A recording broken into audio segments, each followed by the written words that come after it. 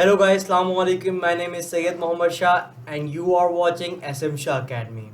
हमारा जो आज का टॉपिक है वो बेसिकली है पॉलीमॉर्फिज्म। बेसिकली हम आज के टॉपिक में ये देखेंगे कि पॉलीमॉर्फिज्म है क्या चीज़, इसको हम कोड लेवल पे किस तरह अचीव करते हैं और इसकी सबसे ज़्यादा इम्पोर्टेंस क्या है। और मैं इसके अंदर आपको कोड वाइज भी दिखाऊंगा कि हम किस तरीके से पॉलीमॉर्फिज्म को अचीव करते हैं। सबसे पहले देखते हैं कि polymorphism is an important concept of object oriented programming. Basically जो हमारा पॉलीमॉर्फिज्म है वो भी हमारे पास ऑब्जेक्ट ओरिएंटेड के पिलर्स में से एक पिलर है।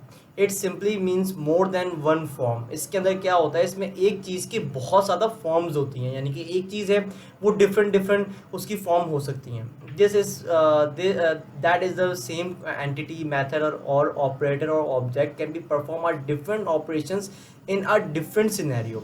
तो इसमें होता क्या है, बेसिकली इसमें ये होता है कि हमारे पास एक हमारा ऑब्जेक्ट या एक हमारा ऑपरेटर जो है वो डिफरेंट तरीके से अपने ऑपरेशंस को परफॉर्म कर सकता है डिफरेंट डिफरेंट सिनेरियोज के ऊपर। तो आपको समझ में आ गया होगा कि किस तरीके से वहाँ पर काम करता है। यानी कि अगर एक चीज़ है, एक ही चीज़, एक ही बंदा, वो अगर हम एक एग्जांपल लें किसी भी एक स्टूडेंट की, एक लड़के की, तो वो अगर स्कूल जाएगा तो वो क्या कहलाएगा, वो स्टूडेंट कहलाएगा। अगर वो घर आएगा तो अपने माँ बाप का बच्चा कहलाएगा, यानी कि उनका चाइल्ड कहलाएगा। और अगर वही बच्चा अपने दोस्तों में जाएगा तो वो उनका फ्रेंड कहलाएगा। तो बेटा तो एक ही है, वो लड़का तो एक ही है, लेकिन उसकी जो फॉर्म्स हैं, जो उसकी कह लीजिए जो उसकी फॉर्म्स हैं वो एक से ज़्यादा हैं। कहीं वो स्टूडेंट है, कहीं वो सन है, कहीं वो फ्रेंड है। तो इसी तरीके से वहाँ पर पॉलीमॉर्फिज्म का जो एक स्ट्रक्चर है, जो एक उसकी थ्योरी है, वो यही है। अब हम देखते हैं कि वाई पॉलीमॉर्फिज्म, कि हम पॉलीमॉर्फिज्म क्यों यूज़ करते हैं। Polymorphism allow us to create a consistent code. Basically हमारे पास जो कंसिस्टेंटी जहाँ पर है ना कोड के अंदर, वो लाने के लिए हम लोग यूज़ करते हैं पॉलीमॉर्फिज्म। बेसिकली हमारे पास जो कोड की जो रीयूजिबिलिटी, जो उसकी इन्हेंसमेंट है, वो हम लोग अचीव करने के लिए यहाँ पे पॉलीमॉर्फिज्म बहुत ज़्यादा अहम रोल अदा करती है। अगर हम इसके अंदर इसकी जो सबसे बड़ी एग्जाम्पल है वो है प्रिंट। अगर आप प्रिंट को देखें, आप प्रिंट को एक ही प्रिंट यूज़ करते हैं, उसी में आप इंटीजर रखते हैं, उसी में आप करैक्टर लिखते हैं, उसी में आप सारी चीज़ों को प्रिंट करा रहे होते हैं। तो ये किस वजह से पता चलता है, ये आपके पास पॉलीमॉर्फिज्म ही चल रही होती है। वो आपको कोड नहीं नज़र आता क्योंकि आपके पास एक बिल्ट इन फंक्शन है जो कि आप बार बार यूज़ कर रहे होते हो, लेकिन उसके पीछे भी पॉलीमॉर्फिज्म है। तो अब हमारे पास देखेंगे कि हम पॉलीमॉर्फिज्म को किस तरीके से अचीव कर सकते हैं। तो पॉलीमॉर्फिज्म अचीव करने के लिए हमारे पास दो तरीके हैं। हमारे पास पहली चीज़ है मेथड ओवरलोडिंग, जिसको हम बोलते हैं स्टैटिक पॉलीमॉर्फिज्म। और दूसरी चीज़ है हमारे पास मेथड ओवरराइडिंग। ओवरराइडिंग को क्या बोलते हैं हम लोग, रन टाइम पॉलीमॉर्फिज्म। इसी तरीके से हम लोग अपने पास पॉलीमॉर्फिज्म को अचीव कर सकते हैं। गाइस, तो अब हम बात करेंगे कि हमारे पास रियल लाइफ एग्जाम्पल क्या है पॉलीमॉर्फिज्म की। अगर हम इसकी जो वहाँ पर डेफिनेशन, जो एक थ्योरी है, उसकी तरफ अगर हम जाएं, तो वहाँ पर पॉलीमॉर्फिज्म क्या है। One of the best real time example of polymorphism is a women in the society. The same women perform the different role in a society. The women can be a wife of someone, mother of her child, and can be at the role of a manager in organization and many more at the same time, but the woman is only one, so same woman perform a different role in polymorphism. तो basically जिस तरह मैंने को पहले आपको मिसाल दी थी कि हमारे पास जो करेक्टर होता है, वो तो एक ही होता है, लेकिन जो उसके रोल्स होते हैं, जो वो परफॉर्म कर रहा होता है रोल्स, वो डिफरेंट डिफरेंट होते हैं डिफरेंट सिनेरियोज के ऊपर, ठीक है, डिफरेंट सिचुएशंस के ऊपर। तो हमारे पास अगर हम कोड लेवल पे बात करें तो हमारे पास एक ही तरीके का एक मेथड होगा, ठीक, एक ही नाम का, लेकिन जो उसकी कंडीशंस होंगी, जो उसका बिहेवियर होगा, वो कंडीशन टू कंडीशन वेरी करेगा। तो इसी तरीके से हमने आपको एग्जाम्पल में बताया कि हमारे पास एक वुमेन है, सही है, वो वो जिस तरह उसकी सिचुएशन होगी, अगर वो घर में है तो वो किसी बच्चे की वालदा है, अगर वो ऑफिस के अंदर है तो या तो वो बॉस है या वो एम्प्लॉई है, अगर वो स्कूल के अंदर है तो या तो वो स्टूडेंट हो सकती है या तो वो टीचर हो सकती है। तो इस तरीके से हमारे पास पॉलीमॉर्फिज्म, हमने पहले बात की थी कि उसके अंदर डिफरेंट फॉर्म्स होते हैं एक चीज़ के। तो गाइस पॉलीमॉर्फिज्म अचीव करने के लिए जो हमारे पास दो मेथड्स है उनमें से एक मेथड का नाम है मेथड ओवरलोडिंग। तो बेसिकली मेथड ओवरलोडिंग को हम किस तरीके से अचीव करते हैं और इसकी फंक्शनैलिटी क्या है और इसके क्या क्या पैरामीटर्स जो हम डिफाइन करते हैं वो किस तरह करते हैं। तो बेसिकली ओवरलोडिंग को अचीव करने के लिए आपके पास क्या होता है, आपके पास एक क्लास होती है, उसके अंदर आपने दो ऑब्जेक्ट्स बनाए, दो सॉरी मेथड्स बनाए, सही है, लेकिन सेम नेम के। यहाँ जिस तरह आपको नज़र आ रहा होगा कि हमने यहाँ पे क्या किया है, हमने यहाँ पे सेम नेम के मेथड्स बनाए ऐड और ऐड, लेकिन इनके अंदर आपको एक डिफरेंस नज़र आ रहा होगा कि इसके अंदर जो नंबर ऑफ पैरामीटर्स हैं, यानी कि यहाँ पे नंबर ऑफ पैरामीटर 2 हैं, यहाँ पे नंबर ऑफ पैरामीटर 3 हैं, वो आपके पास क्या है, डिफरेंट है, सही है। अगर आप यहाँ पे ऊपर भी आप दो दे देंगे सेम नेम का मेथड बना के, और नीचे भी आप दो मेथड दे देंगे, दो पैरामीटर दे देंगे सेम नेम का मेथड बना के, तो वो आपको एरर शो करेगा, ठीक है। लेकिन आप ये भी कर सकते हैं कि आप ऊपर दो पैरामीटर्स दें, सही है, इंटीजर टाइप के, लेकिन आप नीचे दो पैरामीटर दें स्ट्रिंग टाइप के, सही है, या करेक्टर टाइप के, तो आपके पास एरर मेथड शो नहीं होगा। क्यों? क्योंकि इसके अंदर क्या होता है, या तो आपके पास नंबर ऑफ पैरामीटर्स चेंज होंगे, या आपके पास जो पैरामीटर्स में जो आपके टाइप्स हैं जो आपने दी हैं वो चेंज होनी चाहिए, तो तभी आप मेथड ओवरलोडिंग को अचीव कर सकते हैं, वरना अदरवाइज आपको एरर शो होगा। तो गाइस अब हम लोग आ चुके हैं अपने विजुअल स्टूडियो कोड पे, जहाँ पे हम लोग मेथड ओवरलोडिंग को अचीव करेंगे। तो बेसिकली हमारे पास, जिस तरह को हमने पहले बताया था कि मेथड ओवरलोडिंग के लिए हमारे पास क्या होता है कि हम एक क्लास के अंदर डिफरेंट दो मेथड बनाते हैं, लेकिन सेम नेम के।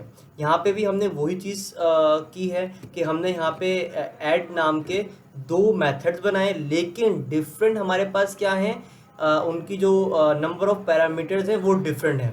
हाँ, अगर आपने ऊपर दो पैरामीटर बनाए नीचे दो पैरामीटर बनाए, आप बना सकते हैं, लेकिन तब बना सकते हैं जब आपके यहाँ पे पैरामीटर्स की टाइप चेंज हो। जिस तरह यहाँ पे अगर मैंने दो इंटीजर्स के पैरामीटर बनाए और नीचे वाले मेथड में मैं क्या करूँगा, मैं यहाँ पे स्ट्रिंग के दो पैरामीटर बनाऊंगा, तब तो मुझे एरर नहीं आएगा। लेकिन अदरवाइज अगर मैं ये करता हूँ कि मैं ऊपर इंटीजर के दो पैरामीटर बनाता हूँ और नीचे भी इंटीजर के दो पैरामीटर बनाता हूँ, तब मुझे एरर आएगा, तब मुझे एरर शो करेगा।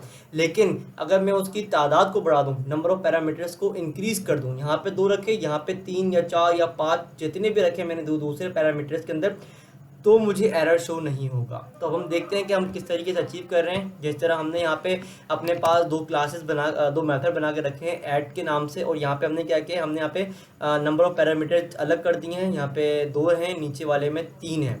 तो जिस तरह हम लोग अपने पहले से काम करते हुए आ रहे हैं कि हम लोग पहले हर क्लास का एक ऑब्जेक्ट बनाते हैं, यहाँ हमने ये किया और हमने कहा add is equals to new, फिर हम हमने अपनी ऑब्जेक्ट क्रिएट कर लिया। अब हम ऑब्जेक्ट क्रिएट करने के बाद क्या करेंगे, अब हम इसको कॉल कराएंगे। तो हमने यहाँ पे पहले का इंटीजर ये है हमारे पास ऐड 1 इज इक्वल्स टू, हमारे पास यहाँ पे क्या हुआ, ऐड डॉट, यहाँ पे हमने ऐड जैसे ही किया तो आपको यहाँ नज़र आ रहा होगा कि मुझे सजेशन में दो चीज़ें आ रही हैं। एक ऐड आ रहा है जो कि जिसमें दो पैरामीटर्स हैं, एक ऐड आ रहा है जिसमें हमारे पास 3 पैरामीटर्स हैं। तो हम पहले दो वालों को सिलेक्ट कर लेते हैं और वहाँ पे वैल्यू एंटर कर देते हैं 11 और 11, और अब हम बनाएंगे add 2 is equals to add dot add. अब हम यहाँ पे सिलेक्ट करेंगे किसको, जिसमें 3 पैरामीटर्स हैं। तो यहाँ पे हमने 11 देन 11, और जैसे ही हमने ये किया तो अब हमारे पास क्या होगा, अब हम इसको प्रिंट आउट कराएंगे, सिस्टम आउट, और यहाँ पे हमने कहा ऐड 1 जो है वो हमारे पास यहाँ पे शो हो जाए। और इसी तरीके से हम क्या करेंगे, हम चाहेंगे कि हमारे पास ऐड 2 भी यहाँ पे हमें शो कराया जाए। तो अब हम इसको रन कर देते हैं, फिर देखते हैं वहाँ पर आउटपुट किस तरीके से नज़र आ रहा है। अब देखें हमारे पास आउटपुट जो है बिल्कुल ठीक आया, 22 और 33। अब ये चीज़ हमने अचीव की है अपने पॉलीमॉर्फिज्म के अंदर। इससे क्या होता है, जब आप सेम नाम के मेथड्स बनाते हैं तो आपके पास, जो हमने पहले बात की थी कि कोड की जो कंसिस्टेंसी है वो बरकरार रहती है। और पॉलीमॉर्फिज्म का काम ही यही है कि एक चीज़ बनाओ, सही, एक ही करैक्टर है, वो डिफरेंट डिफरेंट तरीके से बिहेव कर रहा है अलग अलग सिनेरियो के ऊपर। अगर मैं यहाँ पे चाहता हूँ कि मैं दो पैरामीटर्स को सम करूँ, तो मैं यहाँ पे ऐड के नाम से करूँगा। अब ऐसा तो नहीं कि मैं हर बार ऐड वन या ऐड थ्री इस तरह बनाऊंगा। इस तरह क्या होगा, कोड की जो रीयूजिबिलिटी है या जो उसकी रीडेबिलिटी है वो कम हो जाएगी। जब मुझे अपने कोड की रीडेबिलिटी को बढ़ाना है ताकि दूसरे जो हमारे प्रोग्रामर्स हैं वो भी जब आके इसको देखें या इसको काम करें, तो उनके लिए भी जो इसकी रीडेबिलिटी है वो बढ़ जाती है मेथड ओवरलोडिंग के जरिए। आई होप आप लोगों को मेथड ओवरलोडिंग समझ में आई होगी। तो हमारा जो आखिरी टॉपिक है वो है मेथड ओवरराइडिंग। तो बेसिकली हम ये देखेंगे कि हम मेथड ओवरराइडिंग को अचीव किस तरह करते हैं, और बेसिकली बहुत ही ज़्यादा इम्पॉर्टेंट और थोड़ी सी डिफ़िकल्ट है जो प्रीवियस हमारे पास मेथड था उससे।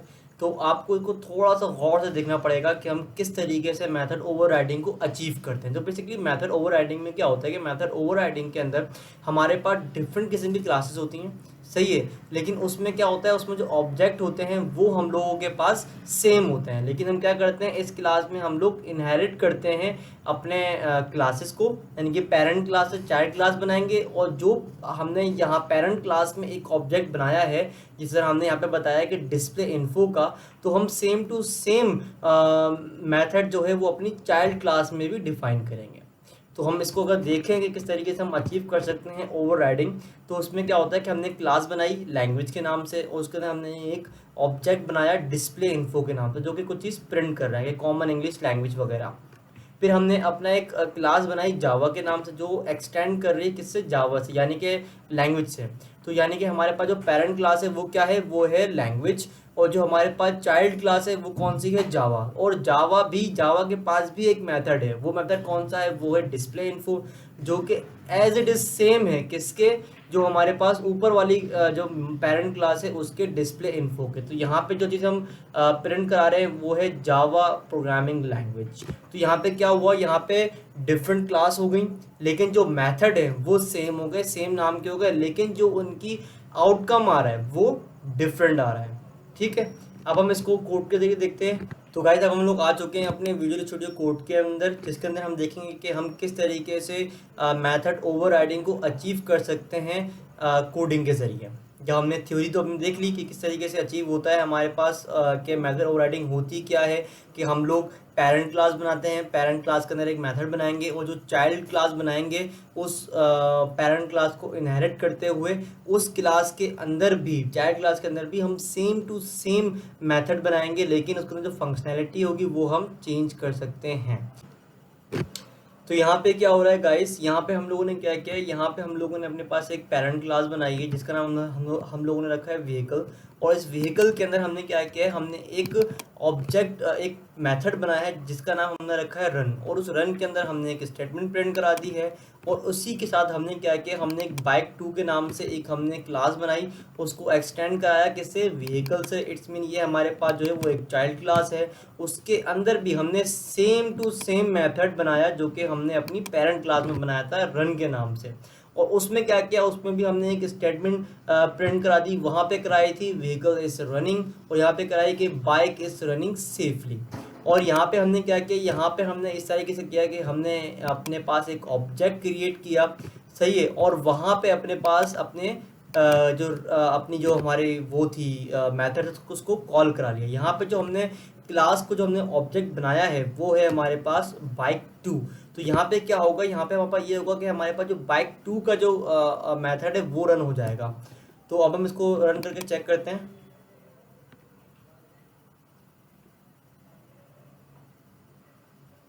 ये देखिए गाइस, हमारे पास किस तरीके से हमने बाइक इज रनिंग सेफली को हमने प्रिंट करा लिया। ये तो सबसे इसकी बेसिक और सबसे सिंपल जो एग्जांपल थी ना मेथड ओवरराइडिंग की, वो है। अभी ये देखें कि हमारे पास क्या हुआ कि हमने कोड को बहुत ही अच्छे तरीके से रीयूजेबल भी बनाया, और उसके साथ हमने क्या किया, यहाँ पे आपको नजर आ रहा होगा कि यहाँ पे हमने ऊप के कुछ थोड़े ज़्यादा कॉन्सेप्ट को यूज़ किया। यहाँ पे हमने क्या किया, यहाँ पे हमने इनहेरिटेंस भी यूज़ की, यहाँ पे हमने मेथड ओवरराइडिंग भी यूज़ की। तो इस तरीके से आप क्या करते हैं, इसी तरीके से आप जब अपनी एप्लीकेशंस को बना रहे होते हैं, जब आप उसको डिज़ाइन कर रहे होते हैं, तो आप सेम तरीके से क्या करते हैं, आप बहुत सारे कॉम्बिनेशंस को मिला के इनहेरिटेंस को, ओवरराइडिंग को, ओवरलोडिंग को, इस तरीके से ही आप अपने कोड की रीयूजेबिलिटी को एनहेंस करते हैं। हर एक पिलर का अलग अलग मकसद है। इसी तरीके से क्या हुआ, इसमें आगे क्या हुआ, इसके अंदर आपके पास जो कोड की रीडेबिलिटी थी वो बढ़ गई। उसको ये पता है, जो आपके पास जो कोडर है उसको ये पता है कि आपके पास व्हीकल के अंदर भी एक मेथड बना हुआ है जिसका नाम है रन, और सेम टू सेम मेथड बना हुआ है आपके पास किसमें, बाइक के अंदर भी, क्योंकि आपको पता है कि आपके पास जो आपकी व्हीकल है वो भी चलेगी, रन करेगी, और आपको पता है कि आपके पास जो कि बाइक है और उसका भी काम यही है, उसका भी एट पॉइंट जो है वो यही है कि वो रन करे। तो आपके पास दोनों क्लासेस के अंदर सेम नाम का एक मेथड हो गया जिसका नाम आपने क्या रखा, रन, लेकिन उसकी जो फंक्शनैलिटी है वो डिफरेंट होगी। तो इसी तरीके से इसको किस तरह अचीव करते हैं, इसको हम अचीव करते हैं मेथड ओवरराइडिंग के जरिए। आई होप सो आप लोगों को समझ में आ गया होगा। अगर ना आया हो तो आप कमेंट करके मुझसे पूछ सकते हैं। और अब हम देखेंगे अपने पास के मेथड ओवरराइडिंग का जो सबसे मेन कॉन्सेप्ट, जो उसकी रियल लाइफ एग्जांपल है, हम उसको किस तरीके से अचीव करते हैं। तो हमारे पास वो यहाँ पे सामने आपके मौजूद है कि हमने यहाँ पे क्या किया, हम यहाँ पे हमने एक क्लास बनाई, पेरेंट क्लास बनाई, जिसका नाम हमने रखा है स्टेट बैंक। स्टेट बैंक जो है वो एक पेरेंट क्लास है, यानी कि स्टेट बैंक सबसे ऊपर है, फिर उसके नीचे सारे बैंक्स आते हैं जो वर्क करते हैं। ठीक है, यहाँ पे हमने क्या किया, यहाँ पे हमने कहा रिटर्न 0, लेकिन यहाँ पे क्या हुआ, यहाँ पे हमने इसके चाइल्ड बनाए HBL, UBL और BOP। सही है, यहाँ पे हमारे पास क्या हुआ, हमने यहाँ पे सबके पास, जो हमने पहले बात की थी कि ओवरराइडिंग में क्या होता है, हमारे पास क्लास होती है पेरेंट क्लास, उसमें जो एक अपने एक मेथड जो आपने डिक्लेयर किया होता है, वही सब क्लासेस के अंदर आप मेथड डिक्लेयर करते जाओगे सेम नेम के साथ। तो वो आपके पास क्या बन जाएगा, वो बन जाएगा ओवरराइडिंग। तो यहाँ पे हमने वही चीज़ की कि यहाँ पे हमने मेथड बनाया सेम नाम का, और उस सब के अंदर जो रिटर्न वैल्यू थी वो डिफरेंट है। सही है, HBL के अंदर हमने 8 कराई है, UBL के अंदर हमने 7 कराई है, और BOP के अंदर जो बैंक है, बैंक ऑफ पंजाब, उसके अंदर हमने 9 कराई है। तो यहाँ पे हमारे पास हमने अपने ऑब्जेक्ट को कॉल कराया उन्हीं क्लासेस के जो हमें चाहिए, और हमने वो स्टेटमेंट्स जो हैं वो हमने अपने यहाँ पे प्रिंट करा दी system.printout.println की कमांड के साथ। तो अब हम लोग देखते हैं कि इसका आउटपुट किस तरीके से नज़र आएगा। अब आप देखें, आपको यहाँ पे इसका आउटपुट किस तरह नज़र आ रहा है। आपको इसका आउटपुट नज़र आ रहा है कि आपके पास HBL के रेट नज़र आएगा कि उसके इंटरेस्ट कितना है। अगर आप उससे लोन लोगे उसके अंदर 8% लग रहा है। ये डेटा कोई फिक्स डेटा नहीं है, ये मैंने एक इमेजिनरी डेटा डाला है, तो आप लोग टेंशन नहीं लीजिएगा। सही है, आई थिंक इंटरेस्ट रेट इससे ज़्यादा होता है। तो आप यहाँ पे हमारे पास क्या है, यहाँ पे हमारे पास UBL है और हमारे पास BOP है।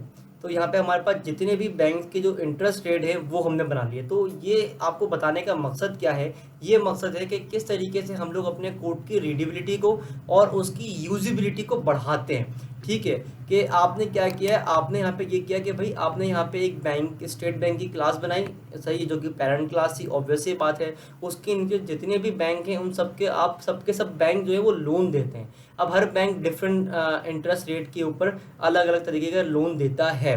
तो आपने क्या किया, आपने कहा भाई हमने get rate of interest rate, यानी कि आपको अगर आपको अलग अलग मेथड के नाम नहीं बताने पड़ेंगे कि यहाँ पे आपने पहली क्लास में कुछ और नाम बनाया है गेट करने का अपने पास इंटरेस्ट रेट को, दूसरी क्लास में दूसरा, फिर तीसरी क्लास में तीसरा, इस तरह तो बहुत ज़्यादा मैसिव और बहुत ज़्यादा मैसी सा कोड हो जाएगा। तो हम लोग ओवरराइडिंग को यूज़ ही इसलिए करते हैं ताकि हमारे पास, हम लोग पॉलीमॉर्फिज्म को यूज़ ही इसलिए करते हैं, जो हमने पहले कहा था कि पॉलीमॉर्फिज्म के अंदर क्या होता है, एक चीज़ के डिफरेंट डिफरेंट किस्म की फॉर्म्स होती हैं। तो यहाँ पे भी सेम तरीके से हमने क्या किया, हमने गेट रेट ऑफ इंटरेस्ट का एक मेथड बनाया और उसके अलग अलग किस्म की उसकी फॉर्म्स हैं। That simple. I hope so आप लोगों को ये लेक्चर समझ में आया होगा। अगर